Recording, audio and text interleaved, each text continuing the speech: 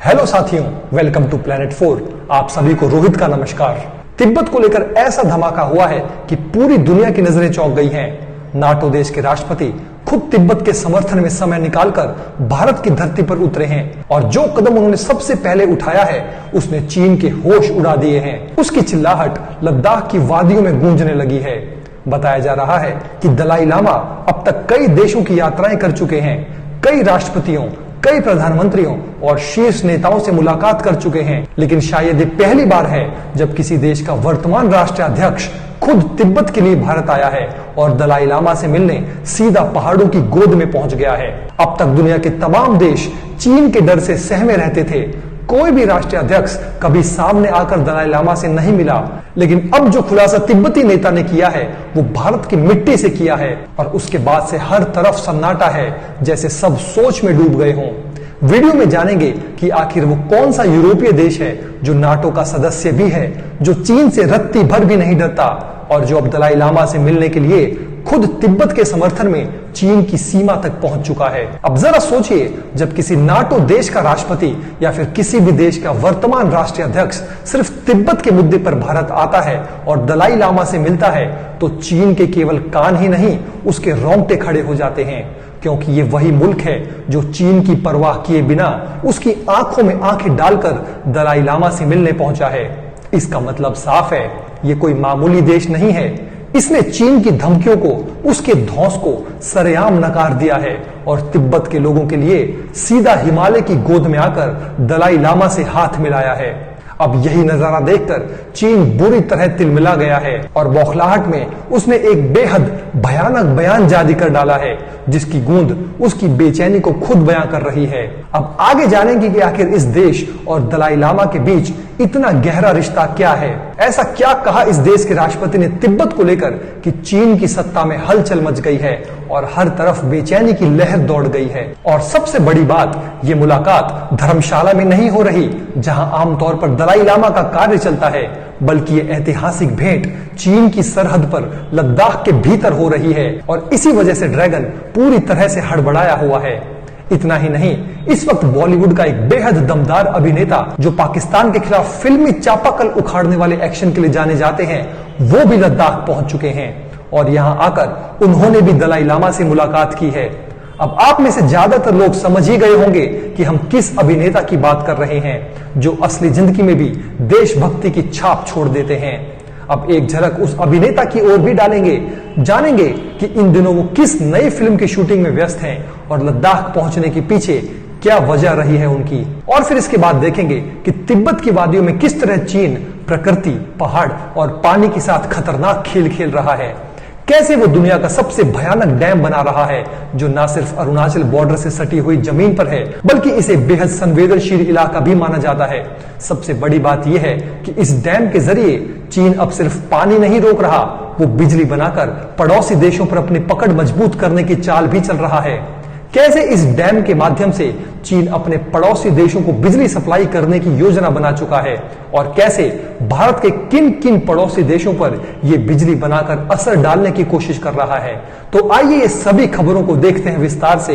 ये वीडियो बेहद इंपॉर्टेंट है और काफी कुछ जानने समझने को मिलेगा। यहां से आगे की रिपोर्ट आप देखिए विक्रम के साथ। धन्यवाद रोहित। सभी साथियों को विक्रम का नमस्कार। यूरोप का एक बेहद छोटा लेकिन साहसी देश ने वह कर दिखाया जो बड़े बड़े देश नहीं कर पाते हैं। आइए सबसे पहले तिब्बत के लिए नाटो देश चेक रिपब्लिक ने क्या किया है उसे समझते हैं। साथियों, लद्दाख के थिक से मठ में हुआ चेक राष्ट्रपति पेट्र पावेल और दलाई लामा का मिलन सिर्फ एक साधारण शिष्टाचार भेंट नहीं था, बल्कि यह एक सशक्त राजनीतिक संकेत था। जब दुनिया के ज्यादातर बड़े देश चीन से डरकर तिब्बत के मुद्दे पर चुप्पी साध लेते हैं, तब यूरोप के एक छोटे मगर साहसी नाटो देश चेक गणराज्य का राष्ट्रपति न केवल दलाई लामा से मिलता है, बल्कि खुलेआम तिब्बतियों की भाषा, धर्म और संस्कृति की स्वतंत्रता की वकालत करता है। तो ये दृश्य चीन की सत्ता को सीधे चुनौती देने जैसा है। ये घटना लद्दाख में हुई, जो खुद एक संवेदनशील और रणनीतिक क्षेत्र है, जहां से भारत और तिब्बत दोनों की सांस्कृतिक धारा बहती है। चेक प्रतिनिधिमंडल की थिक से मठ में मौजूदगी चीन के लिए किसी कूटनीतिक थप्पड़ से कम नहीं मानी जाएगी। दूसरा बड़ा संकेत है राष्ट्रपति पेट्र पावेल का वह स्पष्ट बयान जिसमें उन्होंने कहा कि यह लड़ाई विलासिता की नहीं बल्कि मूल अधिकारों की है। उन्होंने ये भी कहा कि वे एक छोटे देश से आते हैं, लेकिन उनकी भावनाएं तिब्बतियों जैसी ही हैं, यानी यह एक वैश्विक मानवाधिकार समर्थन का स्वरूप ले चुका है। ये बात सिर्फ तिब्बत तक सीमित नहीं है, बल्कि उन सभी दबे कुचले समुदायों के लिए उम्मीद की किरण है जो अपने अस्तित्व और पहचान के लिए लड़ रहे हैं। ये मुलाकात चीन को सीधी चेतावनी है कि अब तिब्बत की आवाज को दबाना आसान नहीं रहेगा। और खास बात यह है कि ये समर्थन भारत की धरती से उठ रहा है, लद्दाख की भूमि से, जहां तिब्बत की आत्मा आज भी जीवित है। एक और ध्यान देने वाली बात यह है कि चेक राष्ट्रपति पेट्र पावेल नाटो जनरल यानी former chairman of the NATO military committee भी रह चुके हैं। इस ऐतिहासिक मीटिंग को लेकर तिब्बत के भारत में रहने वाले जाने माने नेता सिक्योम पेम्पा सेरिंग ने एक बहुत बड़ा खुलासा किया है। आइए उसे समझने का प्रयास करते हैं।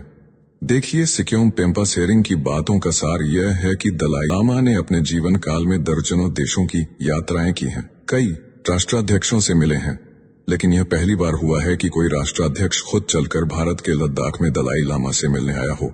यह सिर्फ एक आध्यात्मिक सम्मान नहीं बल्कि एक राजनीतिक और नैतिक समर्थन का प्रतीक है।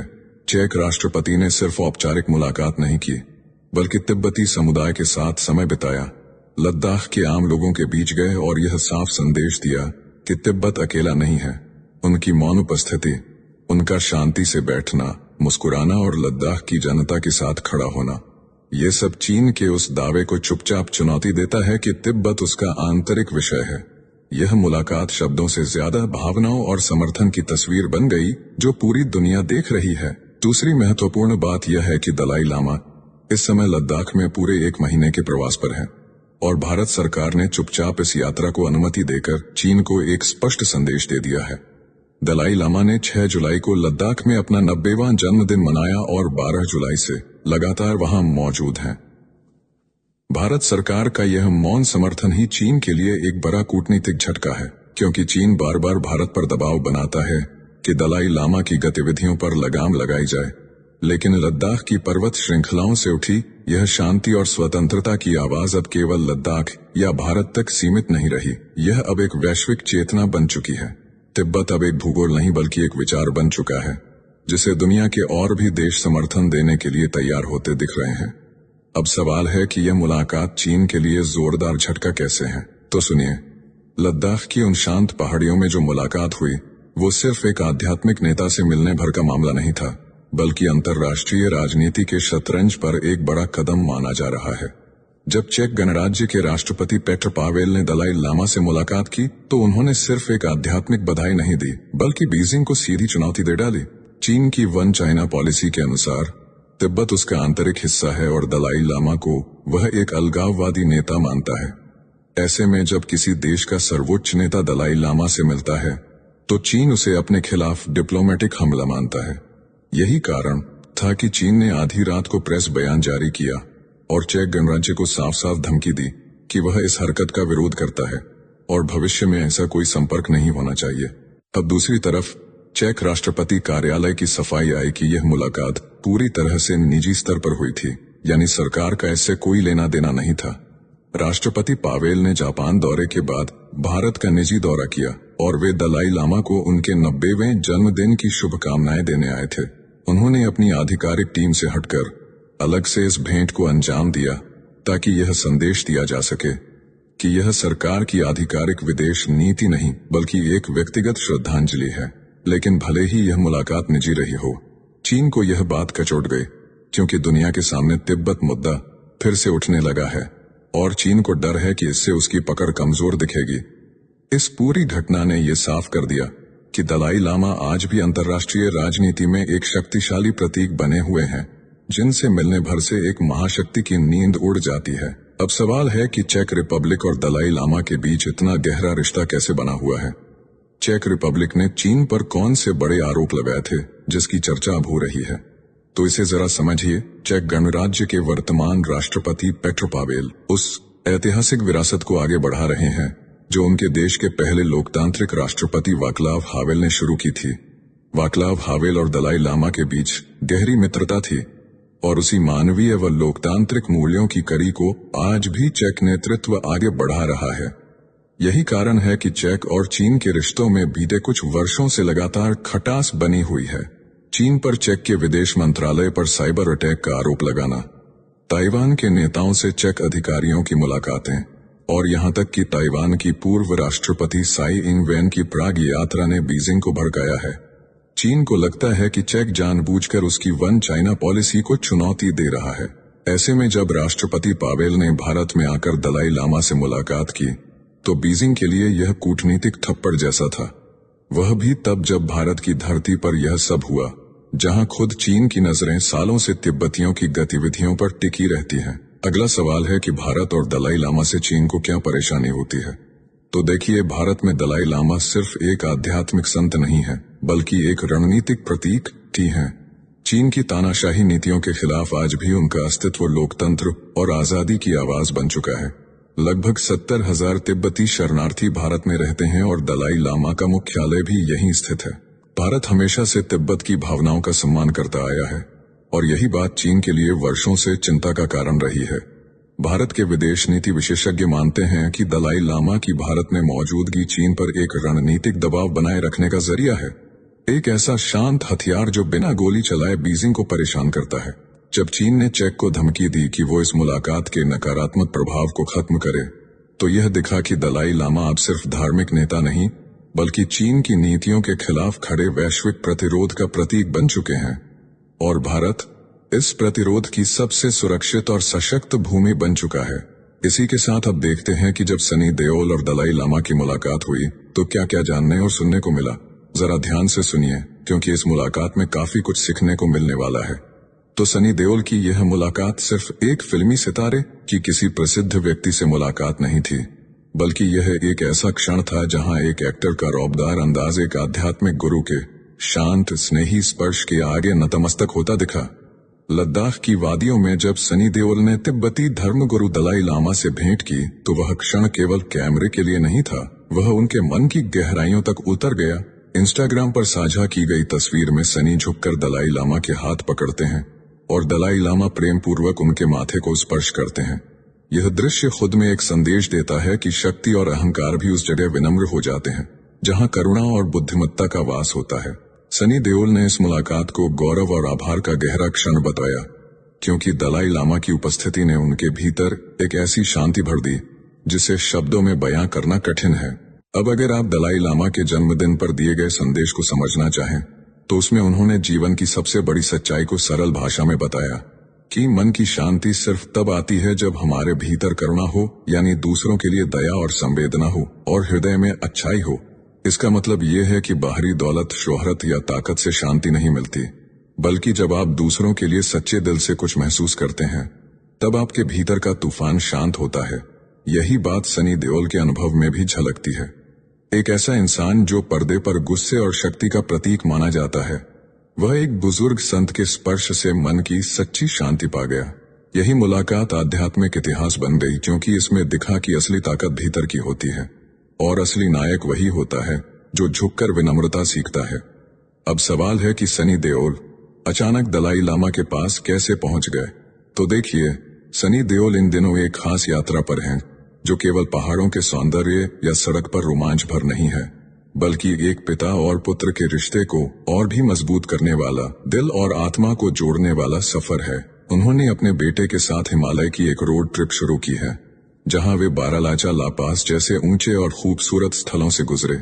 जब सनी देओल ने इस यात्रा को राजसी कहा तो उसका मतलब यह नहीं था कि यह किसी रॉयल महल जैसा सफर था, बल्कि इसका आशय यह था कि इस यात्रा में उन्हें एक आत्मिक अनुभव हुआ, एक ऐसी शांति और भव्यता का एहसास जो सिर्फ प्रकृति के बीच और अपने सबसे प्यारे रिश्तों के साथ बिताए पलों में मिलती है। ये ट्रिप उनके लिए किसी फिल्म की स्क्रिप्ट से नहीं, बल्कि असली जिंदगी की उस किताब से एक अध्याय बन चुका है, जिसमें हर मोड़ पर नई भावना, नई सीख और नया अपनापन है। अब जरा जानते हैं कि सनी देओल आजकल कौन से देशभक्ति फिल्म में व्यस्त चल रहे थे। तो बात करें फिल्म बॉर्डर 2 की, तो यह फिल्म केवल एक युद्ध गाथा नहीं है, यह देशभक्ति, बलिदान और वीरता की वो आवाज है जो हर भारतीय के दिल को छूती है। सनी देओल, जो पहले से ही बॉर्डर जैसी ऐतिहासिक फिल्म में अपने दमदार अभिनय से लोगों के दिलों में बसे हैं, अब इस फिल्म के सीक्वल में एक बार फिर सैनिक की भूमिका में नजर आएंगे। उन्होंने अपने सैनिक लुक की एक तस्वीर शेयर करते हुए लिखा, मिशन पूरा हुआ, फौजी साइन ऑफ। यानी जैसे कोई सच्चा फौजी अपने कर्तव्य को निभाकर सम्मान के साथ लौटता है। इस फिल्म में वरुण धवन, दिलजीत दोसांझ और आहान शेट्टी जैसे युवा कलाकारों के साथ सनी देओल की मौजूदगी यह संदेश देती है कि यह सिर्फ एक पीढ़ी की कहानी नहीं, बल्कि भारत की हर पीढ़ी की देश के लिए भावना की कहानी है।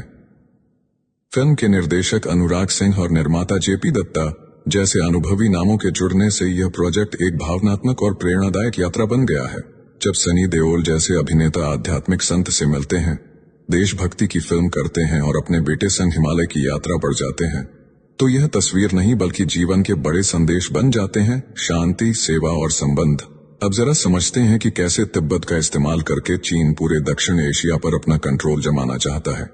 देखिए, तिब्बत की वादियों में जो यारलुंग त्सांगपो नदी बहती है, वही नदी भारत में ब्रह्मपुत्र के नाम से जानी जाती है। चीन इसी नदी के ऊपर मेडोग नाम की जगह पर एक विशाल बांध बना रहा है, जो दुनिया का सबसे बड़ा हाइड्रो पावर प्रोजेक्ट माना जा रहा है। इसकी लागत 1,20,000 करोड़ युआन यानी करीब 167 अरब अमेरिकी डॉलर है। यह जगह बेहद संवेदनशील है क्योंकि यह भारत के अरुणाचल प्रदेश बॉर्डर से लगती है और भौगोलिक रूप से भूस्खलन, भूकंप और पर्यावरणीय असंतुलन की दृष्टि से भी नाजुक है। चीन इस बांध को सिर्फ बिजली उत्पादन के लिए नहीं बना रहा, बल्कि इसके जरिए वह दक्षिण एशिया के देशों जैसे भारत, बांग्लादेश और म्यांमार पर जल राजनीति के जरिए दबाव बना सकेगा। अगर चीन भविष्य में इस नदी के पानी को रोक ले या उसका बहाव बदल दे, तो इसका सीधा असर भारत के पूर्वोत्तर राज्यों पर पड़ेगा, जहां लाखों लोग इस नदी पर निर्भर हैं।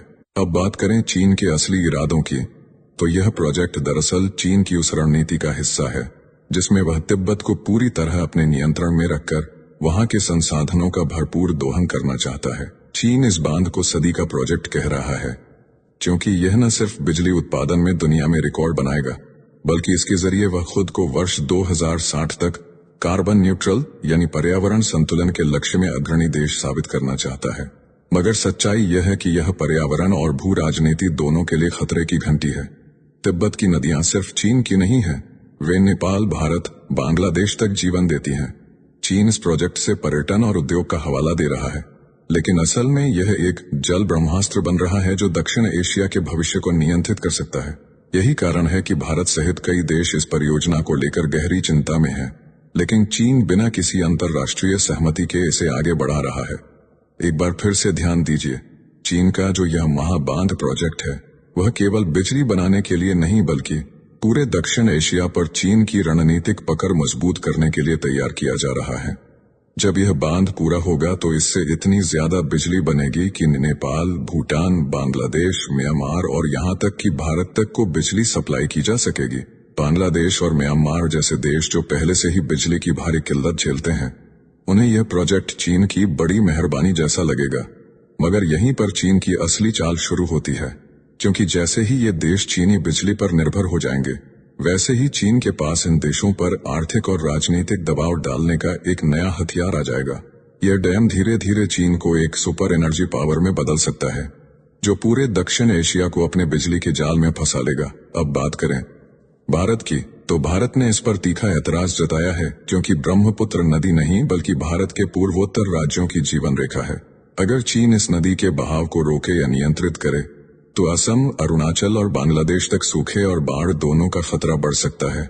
इसी वजह से भारत अब खुद ब्रह्मपुत्र पर 11.2 गीगावाट का एक विशाल बांध बनाने की योजना पर काम कर रहा है, ताकि चीन को उसी की भाषा में जवाब दिया जा सके।